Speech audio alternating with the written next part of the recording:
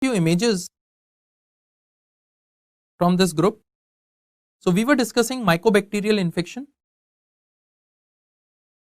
This primary ulcer which is formed in a patient which is not exposed to mycobacterial infection. Okay, so this is if it is primary inoculation tuberculosis. This ulcer which has undermined edges, this is tubercular chancre. Sometimes it is also associated with regional lymphadenopathy. Then verrucous, that is rough surfaced single lesion over exposed areas like feet and hand, then this is tuberculosis verrucosa cutis. And this is a very simple mnemonic. I told you ISD number, so induration, scarring, discharge and number. It is multiple in viral wart, single in anatomist wart, and these all are present in anatomist wart. Then this is a lesion, erythematous lesion of lupus vulgaris with central scarring. These lesions, they generally extend on one side and they start healing on another. This is a lesion of scleroderma. So in scleroderma, what happens? Underlying tubercular focus is there. This may be in the form of lymph node, bone or joint. Like here, the bone is involved. So bone involvement leading to this tubercular lesion over the skin. So this is scleroderma. If erythematous nodules are present, and these nodules do not ulcerate and present over anterior leg, these are erythema nodosum lesion. And these erythema nodosum lesion can be seen associated with sarcoidosis, Behçet's disease, drugs and streptococcal sore throat infection. So that's why it is facultative type of tuberculate. Then this is another question. Here again you can see a child having these ulcer. This might be due to axillary lymph node. So axillary lymph node ruptured to form the sinus tract formation, and here the bone tuberculosis in the ribs might have led to this sinus tract formation, and this sinus is surrounded by this violaceous skin due to this necrosis going on beneath. So this is a case of scleroderma. Okay, so this is common in children and these presents with multiple sinus discharging the caseous material, the caseous necrosis which is going on beneath. Okay. Now if you see the initial lesions of lupus vulgaris and if you press them with a glass slide, okay, so these are erythematous, and if you press them with a glass slide, you will find that on pressing it there is color change. So now it appears golden brown. So golden brown color is due to these apple jelly nodules which are present at the periphery of the lesion. And why it is known as apple jelly? Because it resembles the color of the apple jelly. So if you have seen apple jelly, it appears very much like this. If you have not seen apple jelly, at least you might have seen apple juice. It is golden brown in color. Okay, so due to the resemblance, it is known as apple jelly nodules. If you find very tiny lichenoid, so tiny lichenoid papules over trunk in a child, it is lichen sclerophosorum, which is a type of tuberculate and not a type of lichen planus. Then leprosy. In leprosy, indeterminate type of leprosy generally present with solitary lesion over face in a child. Okay, so this solitary lesion is generally present over face in a child, though it can be present over other sites as well. Then TT type of leprosy, it presents with single lesion. So this here generally the lesions are single. Okay, so one lesion. This is also tuberculate. So in TT type, the lesions are single. As you can see, it is shiny. So hypopigmented, hypoanesthetic patch, and it is shiny because autonomic system is involved. So hair loss occurs, sweating is lost, and that's why these lesions, they appear shiny, and infiltration gradually starts. Now this infiltration is irregular in BT. So BT have irregular borders, and the secondary lesion which start forming around the primary lesion, this is known as satellite lesion. So this is a satellite lesion, and here the number increases. So number is 3 to 10. So 3 to 10 lesions with irregular borders and satellite lesions, BT. Then this is BB. BB is the rarest type. The number is 10 to 20. So the number of lesions increases, and these lesions, they have punched out lesions. All these lesions, they have central area which is punched out.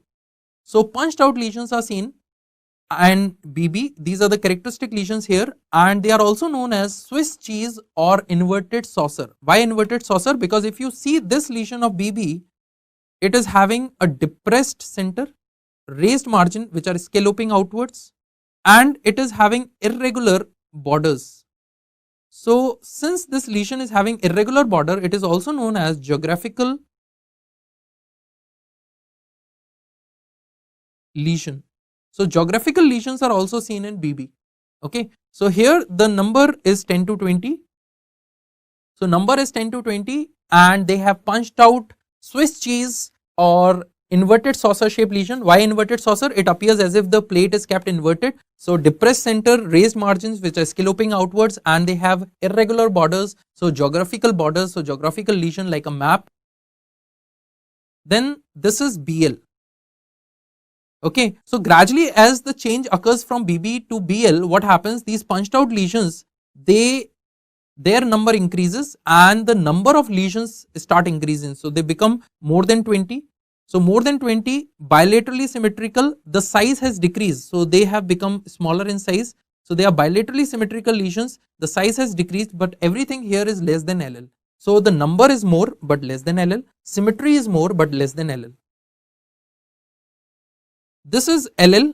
In LL, numerous lesions are present, bilaterally symmetrical, and they are numerous but smaller in size. The cooler areas of the body are involved in leprosy. So you can see ear lobe infiltration.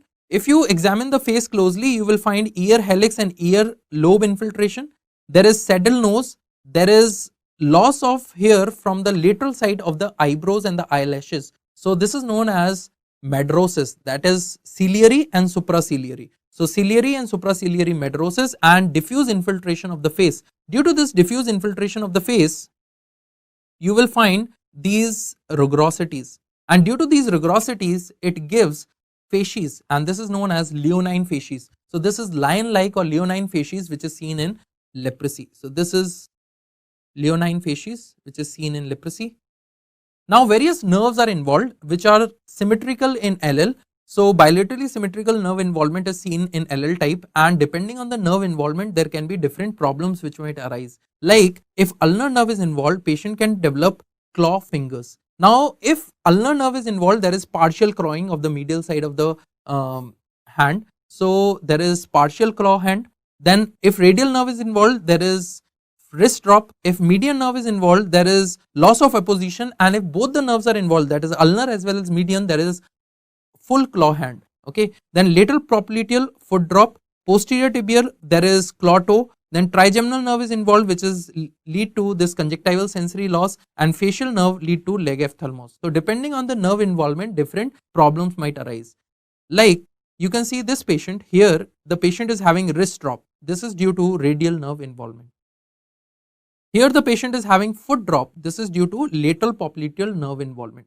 Now if you look at the skin of the patient here over the anterior part of the shin, you will find that there is ichthyotic skin changes. So there is ichthyosis like skin changes, and ichthyosis is characterized by fish like scales. So this is one of the side effect of clofazimine. Clofazimine can lead to fish-like scaling or ichthyosis-like skin changes, which is given in leprosy patient. So first reason can be this, and second reason that leprosy itself is a cause of acquired ichthyosis, because leprosy causes autonomic system involvement, due to which the skin becomes very dry, and due to this dry skin, they start developing ichthyotic-like skin changes. So ichthyosis is one of the side effect which occurs in leprosy and also a side effect of clofazimine. Then claw toe, this is due to posterior tibial nerve involvement. Then leg ophthalmos, this is due to facial nerve involvement. Then as I told you, ichthyosis like skin changes occur. So you can see these fish like scales. So these fish like scales start developing, and this is also a reason for plantar sore. Okay, so not only the trauma, because there is sensory loss, so patient develops trauma and then they develop plantar sore, but sometimes there is ichthyotic like skin changes. So if the patient is taking good care of the feet, is still developing plantar sore, the reason is this dryness of the skin. Okay, so it can lead to these plantar ulcers, so plantar sores or plantar ulcers or palmar sores.